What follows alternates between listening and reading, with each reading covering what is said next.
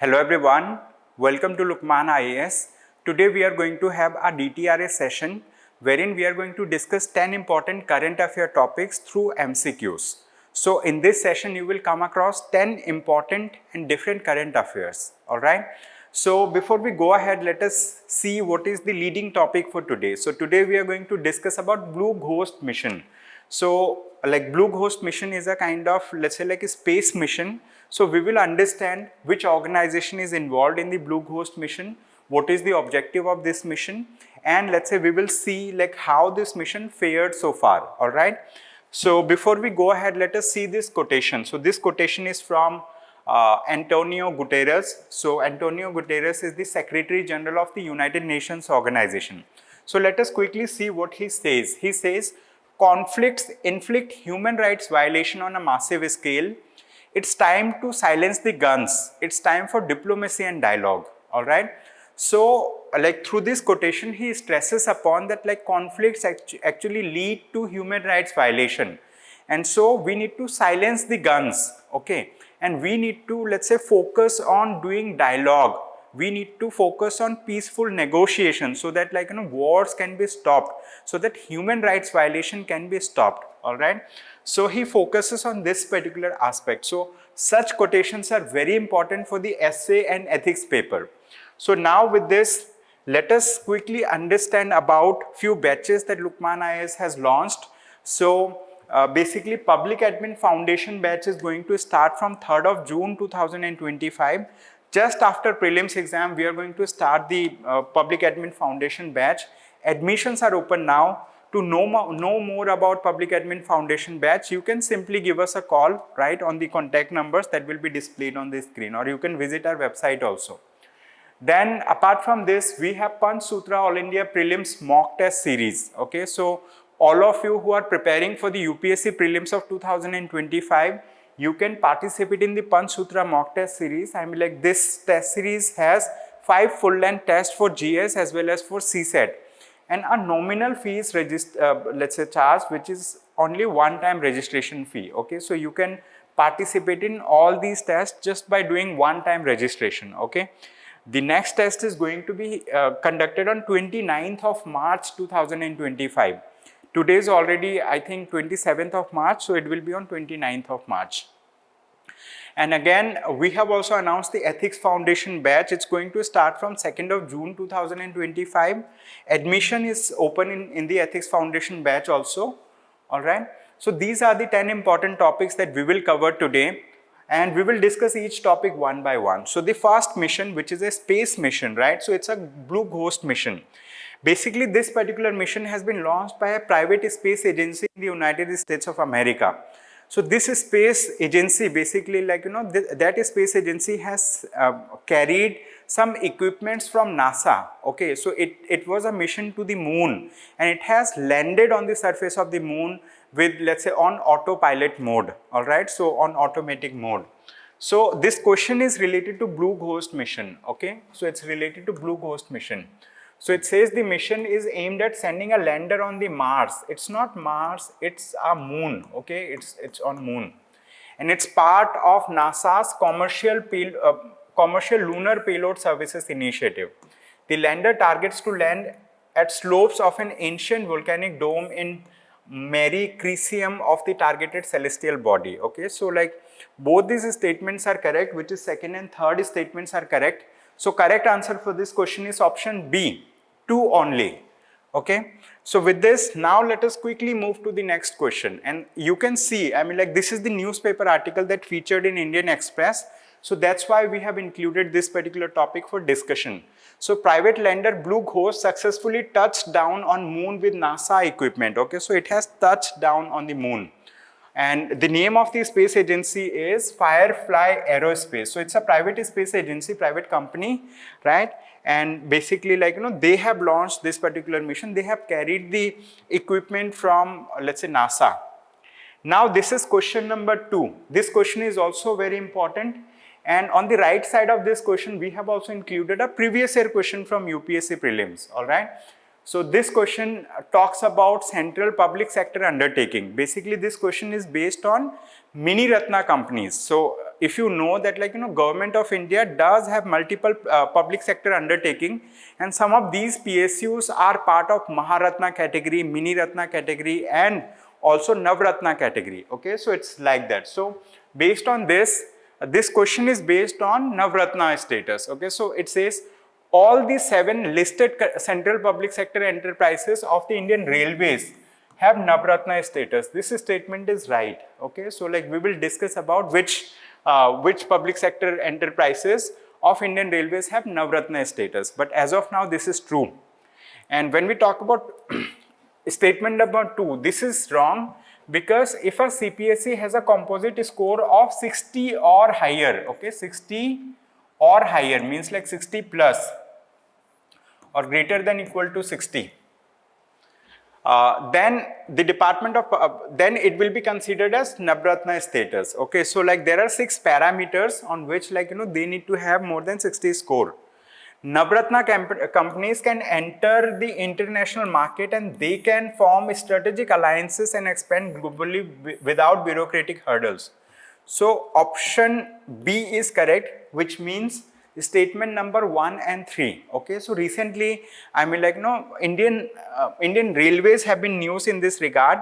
One of the entity of the Indian Railway has been accorded the Navratna status. So with this, all the 7 kind of central public sector enterprises of Indian Railways have become Navratna. All right, so earlier others were already Navratna status. Okay, so what does Navratna status for IRCTC and IRFC means? Okay, Indian Railway, like IRCTC, you might have come across this particular thing while booking the railway ticket, and IRFC, Indian Railway Finance Corporation. Okay, so both of them have received Navratna status. Okay, so that's why it was in news. All right, now let us quickly move to another question. This question is again important, and this question is related to history section. Okay, so here the question is related to Gandhi-Irwin Pact, Bhagat Singh, etc. So it says Bhagat Singh was sentenced to death by special tribunal set up by Viceroy Lord Irwin under Lahore conspiracy case. Okay, so Bhagat Singh and one more person, I think Sukhdev, so they have together conspired and they have killed a police officer of British, okay, like who was involved in lathi charge that led to killing of Lala Lajpat Rai. So they have avenged the killing of Lala Lajpat Rai by killing the British police officer. So they have been tried and sentenced to death by a special tribunal which was set up by Lord Irwin. Okay. Now, Gandhi-Irwin Pact agreed on the release of all political prisoners who were not convicted of violence, remission of fines, and return of some confiscated lands. This is correct. I mean, that's why Gandhiji was also criticized that he should have fiercely negotiated the release of Bhagat Singh. I mean, Bhagat Singh should not be allowed to be killed, okay, should not be allowed to be tried. I mean, along with the release of political prisoners, they should also be released. Okay, so that was, I mean, this is the thing for which Gandhiji was criticized.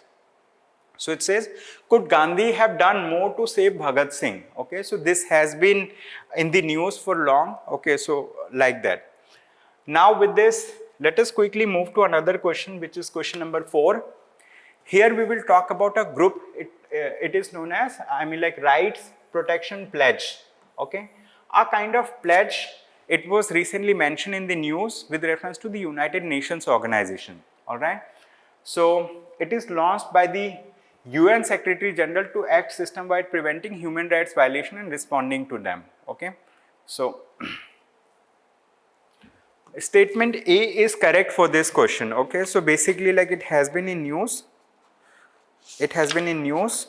So what is this? So UN Secretary General Antonio Guterres, he has launched the Right Protection Pledge under United Nations Agenda for Protection during the 55th Human Rights Council session in Geneva. Okay, so this is the thing. Basically, across the world there are many places where human rights violation is happening. For example, in Gaza, okay, I mean Israeli soldiers are killing huge number of citizens, I mean citizens, Palestinians, they're killing. So it is leading to human rights violation. Also, let's say there are places in Ukraine where human rights violation has happened. So basically this is related to that. All right. So with this, Now let us move to next question. So it says, with eyes on Gaza, Ukraine, UN chief launches right protection pledge. Okay. So United Nations Secretary General has launched right protection pledge. Now we have another question. This is question number 5. It says, recently the term woolly mice mentioned in the news refers to, okay, what does this mean? Basically, it is a genetically modified mice. Mice means, I mean, like, you know, chuha, with woolly mammoth genes created to study cold adaptation. Okay, so some gene modification has been done on this mice. So this mice will also have woolly fur. I mean, like, you know, it will be having woolly fur to see how adaptation plays out in the cold. Okay, that's the thing. So you see, like, these are mice, but they are woolly. Why? Because, like, you know, they have been genetically modified. All right, that's the thing. Now we have another question. It says, consider the following statements about World Spice Organization. So World Spice Organization was recently in news. Basically, this particular organization is a not-for-profit company. Okay, so it is, here it is mentioned for profit. So it is a not-for-profit organization established under Companies Act to promote Indian spice in global market. The World Spice Organization functions under the Ministry of Commerce and Industry and operates as a regulatory body for spice trade in India. All right, and it is a technical partner of the All India Spice Exporters Forum and works on food safety and sustainability issues. Basically, World Spice Organization has recently mentioned that globally, Indian spice has a market presence of only 0.7%. I mean, like, China has about 7 or 8%, USA has about 11%. So those countries are leading in spice, let's say, marketability as compared to India. So India's share in global seasoning market are paltry 0.7% despite being world's largest producer. Okay, so they have mentioned this thing in news. So that's why it was, let's say, we have framed a question on this. Now this is a question where they have asked the name of the country where this particular community resides. Name of the community is Masalit community. They were seen in the news for its alleged genocide. Okay, so genocide has happened, right, of the Masaliti community people. Okay, so that's why it is in news. So basically, Masalit community, they reside in Sudan. Option D is correct. Okay, so it has been in news. So human rights violations are happening there also. So Sudan takes United Arab Emirates to World Court over complicity in genocide. What do we mean by genocide? Genocide is killing of large number of human beings. Okay, it may happen because of let's say state-sponsored thing or otherwise also. Now we have another question. Okay, this is question number 8. So it says, Bengas Valley, seen in the news recently, is located in which one of the following mountain ranges? Okay, so Bengas Valley is located in Pir Panjal range. Okay, which range? It is located in Pir Panjal range. So correct answer is option B. Okay, option B is the right answer. So Jammu and Kashmir government to promote Bengas Valley near line of control as ecotourism destination. So Jammu and Kashmir is actually promoting this Bengas Valley as ecotourism destination. So that's why it was in news. Okay, so that's why it is in news. All right. Now we have another question, question number 9. With reference to Viatina 19, consider the following statements. They have given 2 statements. It says it is a genetically modified breed of indigenous, let's say, buffalo. This statement is wrong because it is a Nellore breed cow. I mean, like, you know, Ongole cattle.